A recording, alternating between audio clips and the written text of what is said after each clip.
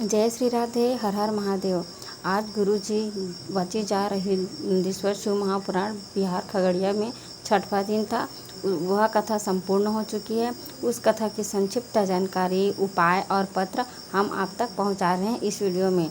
और नए नए उपाय हैं जो इस वीडियो में हम बताएंगे। आप इस वीडियो में बने रहें। गुरुजी ने बताया है कि महादेव को 56 भोग पसंद नहीं है। उसे 56 भोग की ज़रूरत नहीं है। महादेव तो भांग, धतूरा, अबीर इसी से ही खुश हो जाते हैं। और इसी से खुश होकर आपको 56 भोग दे देते हैं। महादेव जो सामने में बैठा है, बाहर पे है, उस सभी को मिल जाए उससे खुश हो जाते हैं। उन्हें 56 भोग की आवश्यकता नहीं होती है। गुरुजी ने कहा जिसके अंदर पाप बढ़ जाते हैं उन्हें भजन अच्छा नहीं लगता है। जिसके अंदर पाप बढ़ जाते हैं उसे भक्ति अच्छा नहीं लगता है। उसे शिव पुराण अच्छा नहीं लगता है, संत अच्छा नहीं लगता है। जबकि भजन करने से, मंत्र जाप करने से जीवन का कल्याण होता है। उस पापों की मुक्ति होती है भजन करने से। अगली जानकारी और पढ़ते हैं। रुचि जी का पत्र आया था जिसमें लिखा था कि मेरी शादी 15 साल हो गए हैं, फिर भी कोई संतान प्राप्ति नहीं हुआ।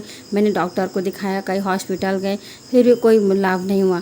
टीवी पे कथा सुना, शिव पुराण की कथा सुनी, पशुपति व्रत किया और मैंने सफ़ेद आंकड़े वाली जड़ तुम रुका जी के नाम लेकर किया उस उपाय को, सफ़ेद आंकड़े जड़ का, और मेरे को 2 संतान प्राप्त हो गए हैं। उसी का आभार व्यक्त करने कथा पंडाल में आई हूँ। चलती हैं अगली जानकारी को। गुरुजी ने बताया कि 5-7 पीढ़ी में कोई मर जाता है तो सूतक तुम्हें लगेगी, यह निश्चित है। 5-7 पीढ़ी में यदि बच्चे का जन्म भी हो जाता है तो तुम्हें सावन लगेगी, यह भी निश्चित है। इसी तरह गुरुजी ने कहा आपके परिवार के यदि एक सदस्य भी 1 लोटा जल शिव पर चढ़ा रहे हैं तो आपकी 71 पीढ़ी तक पूरा 71 पीढ़ी तर जाएगा। गुरुजी ने अगली जानकारी देते हुए कहा है कि राजस्थान वाले अपना बैग पैक करोगे, क्योंकि अगली कथा राजस्थान में होने वाली है। राजस्थान के पुष्कर शहर में अगली कथा होने वाली है। यह कथा 5 जुलाई से 11 जुलाई तक होने वाली है और समय 1 से 4 बजे तक है। और उस कथा का नाम ब्रह्मा शिव महापुराण रखा गया है। गुरुजी ने अगली जानकारी एवं उपाय बताते हुए कहा कि यदि आपके घर संतान नहीं है तो आप इस उपाय को कीजिए। आपको सफ़ेद आंकड़े की जड़ लानी है और शिवलिंग शिवालय जानी है, पति पत्नी दोनों को। आप दोनों जाकर सफ़ेद आंकड़े की जड़ रजस्वला धर्म के 7वें दिन लेकर आ जाइए।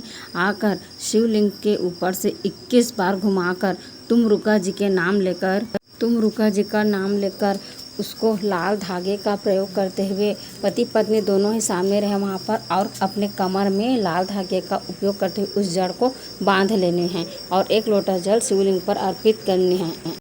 और रोज़ 1 लोटा जल प्रतिदिन शिव मंदिर पर चढ़ानी है और 1 बेलपत्र। फिर उसी जल का आचमन आपको करना है। और कर सकते हो तो बेलपत्र का भी आचमन कर लीजिए। यदि नहीं कर सकते हो तो गुरुजी ने कहा है कि कोई बात नहीं, अब जल का ही आचमन कीजिए और बाबा से बोलिए, हाथ जोड़कर निवेदन कीजिए, बाबा सब तरफ से हार गई हूँ, इसी कारण से तुम्हारे पास आई हूँ, आपके पास आई हूँ। आप हमें निराश मत करिएगा, हमारी झोली को भर दीजिएगा, बाबा आपकी ज़रूर सुनेंगे। गुरुजी ने बताया अगली जानकारी में जो विशेष उपाय है आप ध्यान से सुनिएगा संतान प्राप्ति के लिए। यदि आपको सफ़ेद जड़ से आपको संतान प्राप्ति नहीं हुए हैं, आंकड़े के सफ़ेद जड़ से, तो आप यह उपाय ज़रूर कीजिए। यह उपाय यशोदा की जो माता जी है उसने यशोदा को प्राप्त करने के लिए सावन मास में खीर और मालपुए का प्रयोग करके संतों को सावन की पूर्णिमा में भोग लगाया था, खाना खिलाया था। खीर और मालपुए का सावन की पूर्णिमा में खाना खिलाया था संतों को। यशोदा माता जी को यशोदा यह 55 से 60 वर्ष की आयु में इस उपाय को करने से संतान की प्राप्ति हुई थी। आप भी यह उपाय कीजिए और लाभ उठाइए। गुरुजी ने और नया उपाय बताया घर की सुख शांति आर्थिक समृद्धि के लिए। गुरुजी ने बताया कि आपको 2 बाती वाला प्रयोग, 2 दिया वाला प्रयोग करना है। आपको 2 बाती लंबी बाती लेना है और घी लेना है और घी का दीपक बेलपत्री के नीचे जलाना है। फिर आपको घर आना है और घर के बाहर की ओर अपने घर के मुख्य की ओर बैठ जाना। फिर आपके सीधे हाथ में एक दीप प्रज्वलित आपके मुख्य द्वार पर करनी है। आपको यह कार्य प्रदोष काल में करनी है। आर्थिक सुख संपत्ति सबके लिए है। दरवाजे पे दीपक प्रज्वलित करते समय ध्यान रखनी चाहिए कि आपका जो दिया है उसका जो लौ है वह घर की बाहर की ओर होनी चाहिए, क्योंकि बाहर से ही हमें शिव जी को अंदर बुलाना है। मनोज जी पत्र लेकर आए। मेरी शादी को बहुत दिन हो गए थे लेकिन संतान प्राप्ति नहीं हुई। आखिरी में मन बना लिया था कि भगवान ही को शायद हमें संतान सुख ही नहीं देना है, अब भगवान को ही संतान मान लेते हैं।